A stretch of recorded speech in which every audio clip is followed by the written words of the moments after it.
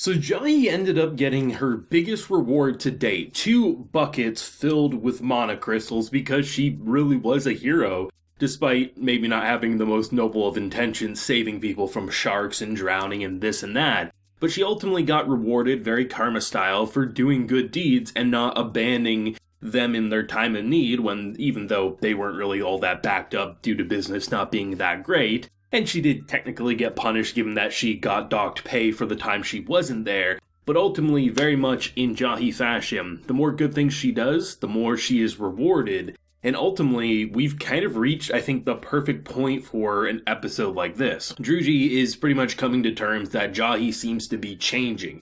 And she doesn't like that, right? Because she has a degrading kink. She likes to be punished, she likes to be abused, and ultimately Druj wants Jahy to be the evil number 2. And you can very much see how the two's relationship will probably be when the story eventually ends in its source. Hopefully we'll get to see that in the anime someday as well. But ultimately, for Druj, despite maybe not thinking that she should be like humans, and Jahy announcing that she isn't changing, as she then moments later gets introduced to Kokoro, who she was waiting for after school. She is becoming more human, and ultimately she will, but as long as she, insults her or says, some negative things towards Druj, she'll be okay. She'll be able to follow no matter what, and honestly, even if she never figures out the fact that she's changed, Jahy can keep up the facade of basically just saying, "You're scum," and she'll just completely melt, among other things, towards that comment.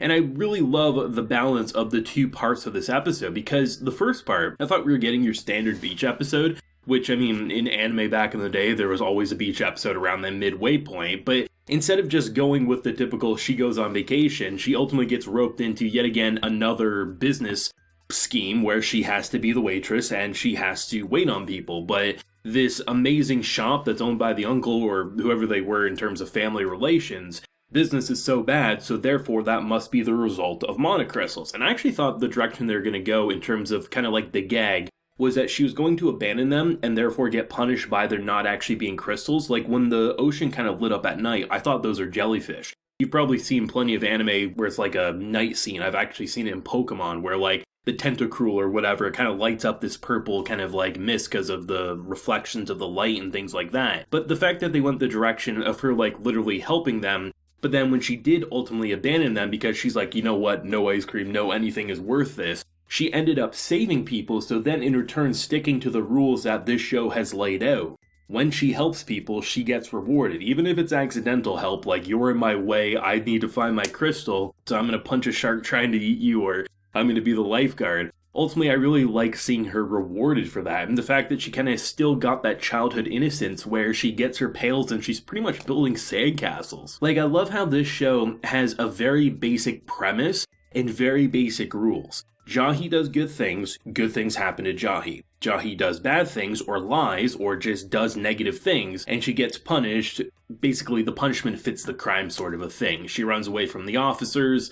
Usually, the landlady and her boss pick her up. But if she saves people, even with, the idea of her maybe not doing it intentionally, she gets to get those mana crystals, but then she sort of gets punished for abandoning her job sort of a thing, right? And putting them worrying that maybe she'll get hurt or something like that. It's just such a flawless concept, and really, I've constantly said it, this is the highlight of my week for me, in terms of, my most fun thing that I'm going to experience every week for damn near, I think it's been 14 weeks, technically, because we had that 1 week break, but either way, every week it's aired, it's been the comfy highlight of the week for me. And to see the Druj situation where, I love that she even has, self-reflections that every time she's tried to lie and weasel her way out of interacting with Druj, it's ended horribly. She's had to pay tabs, she's basically caught up in all these lies, so she tries to just be a nice person. Do you want to sit with me? And I love the idea that she temporarily gets this blissful pleasure from Jahy letting her sit next to her.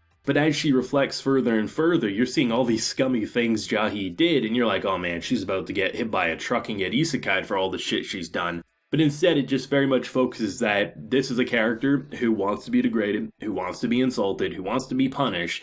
And even though Jahy isn't going to ever go back to the Dark Realm status of how she treated her, ultimately you can see the path forward of them just basically understanding that, hey, either they're going to have the conversation, I have changed, I like being nice, but, you being you, I'll still give you that release where, I just want to sit on a bench and be comfy, where you want me to put a wine glass on your head as you're acting as my stool and table. It's just such a ridiculous concept, but it works so well. And I think it would be very easy to ruin the relationship between these two, given that Jahy's changing and becoming more human and nice. But the fact that you can see a path forward with them sticking true to that master-servant relationship, even if maybe Jahy's not all that into it, given her gross reaction of genuine disgust, you just kind of see where the show wants to go from here, which is absolutely fantastic. And the after the credit scene, where you see our girl basically take her crystals, she has 2 pails full, she has the big one around her neck as she goes marching off for her final battle with the magical girl. Even if you didn't look up the name of next week's episode, which is like The Magical Girl Won't Fight Jahy or something to that nature, we're episode 13 out of 20 of an ongoing manga and anime. It ain't gonna be the final battle, but could she get her crystal back?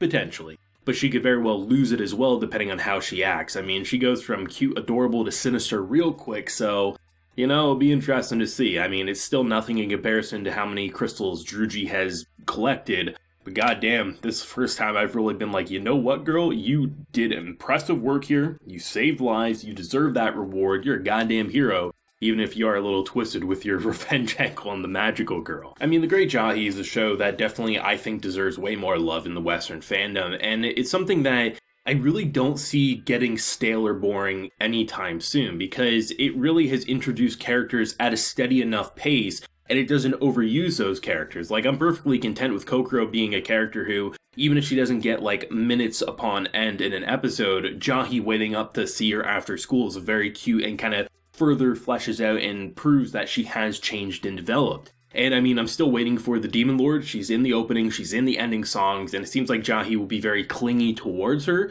So that should be another thing that maybe it probably won't happen next week or maybe even the week after. But it feels like we gotta at the very least have a handful of episodes, like 3 to 5 with her in it. Maybe it'll be more of like a setup for a season 2 announcement, because even if it's not the most popular show in the West, Japan loves these types of shows, and it seems like my love and, just awe of this series is pretty much how Japan feels. So I do think there will be a very good likelihood of this getting another season. Whether it's a 2-core, of course, remains to be seen, but I do think we will see more than just 20 episodes, and I mean, as long as they make this show, I will continue to cover it, because as you can tell with my passion, with how I am so enthusiastic about discussing this show, it's something I'll never grow bored of talking about. I'm pretty damn confident in that, but of course, as always, thoughts and feelings. There's 2 main points this episode. Which one did you favor, and where do you think the final battle with the magical girl is going to go next week? Let me know your thoughts down below. Leave a like if you enjoyed, and subscribe if you're new around here. So until next time, everyone, please take care and have a good one.